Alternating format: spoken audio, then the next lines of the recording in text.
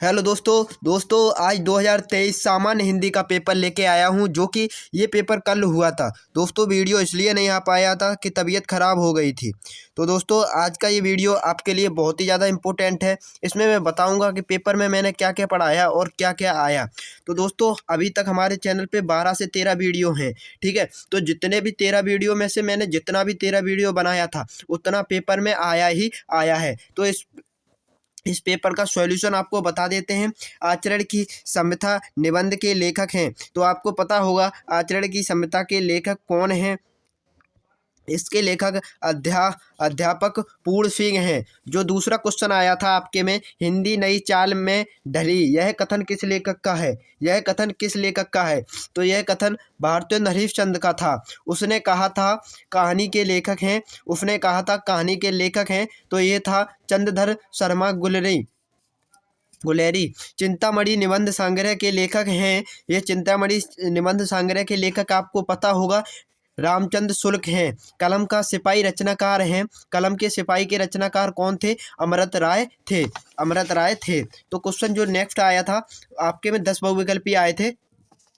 प्रिय प्रवास के रचयिता हैं अयोध्या सिंह उपाध्याय हरिऔध। निम्नलिखित में से छायावाद के कवि हैं। निम्नलिखित में से छायावाद के कवि हैं मुकुरधर पांडे। निम्नलिखित में से कौन से कवि छायावाद युग का नहीं है? तो अज्ञान छायावाद युग के नहीं है।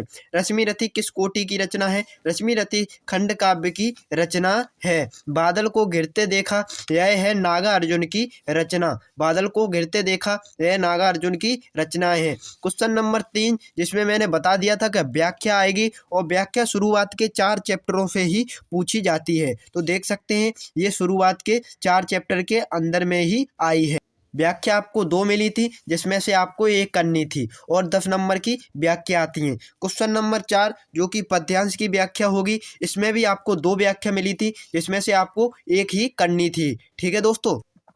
क्वेश्चन नंबर 5 जो क्वेश्चन नंबर 5 था वो जीवन परिचय का था। मैंने जीवन परिचय के सभी वीडियो मैंने डाल दिए थे। कौन से चैनल पर? बीपीएफ लेक्चर पर। बीपीएफ लेक्चर पर मैंने चैनल डाल दिए थे ये सबके वीडियो, और जीवन परिचय मैंने सभी उसी पर बता दिए थे, ठीक है। और ये आए भी हैं। और पंचलाइट कहानी का सारांश इसी चैनल पर मैंने डाला था 2-3 दिन पहले, ठीक है।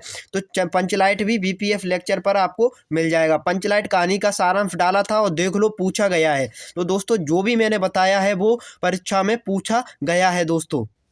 खंड का आप देख सकते हैं, जो भी आपका जिला है उस जिले के हिसाब से पूछा जाता है। लेकिन मैंने कहा था आपको कि कुछ नहीं करना, नायिका का चरित्र चित्रण याद कर लेना और उसका कथा वस्तु सारांश, ठीक है। आपको ज़्यादातर नायिका का चरित्र चित्रण और कथा वस्तु सारांश पूछा गया था। क्वेश्चन नंबर जो आपका 8 था, क्वेश्चन नंबर जो 8 था वो 7 नंबर का था। ये आया था संस्कृत के अनुवाद। इसमें संदर्भ आपको 2 नंबर का लिखना होता है। संदर्भ मैंने बता दिया था बीपीएफ लेक्चर के चैनल पर, ठीक है दोस्तों। बीपीएफ लेक्चर के चैनल पर मैंने संदर्भ आपको लिखना बता दिया था संस्कृत का, जो कि 2 नंबर आपका पक्का कर देता उस वीडियो में, ठीक है। 2 आती थी आपके में, एक आती थी व्याख्या गद्य वाली, एक आती पद्य वाली, ठीक है। जिसमें संस्कृत की थी, ये संस्कृत की व्याख्या पूछी गई थी, ठीक है, जो कि आपकी 7 नंबर की ये भी थी। क्वेश्चन नंबर 9 जो कि मुहावरों से आया था। मुहावरों में मैंने बता दिया था कि सबसे इम्पोर्टेंट मुहावरे अपना उल्लू सीधा करना, ये तो हर साल पूछी जाती है और इस साल भी पूछी गई है, ठीक है। अब आपको मैंने बता दिया था कि संधि विच्छेद आपको जरूर करके जाना है, ये भी आप आई थी, ये भी 3 नंबर की आई थी। इस प्रकार आपका खा क्वेश्चन जिसमें विभक्ति और वचन दिए थे, इसको भी आपको करके जाना था, ठीक है। इसमें दिया था क्वेश्चन नंबर जो आपका 11 आया था, निम्नलिखित शब्द युग्म का सही अर्थ चयन करके लिखिए।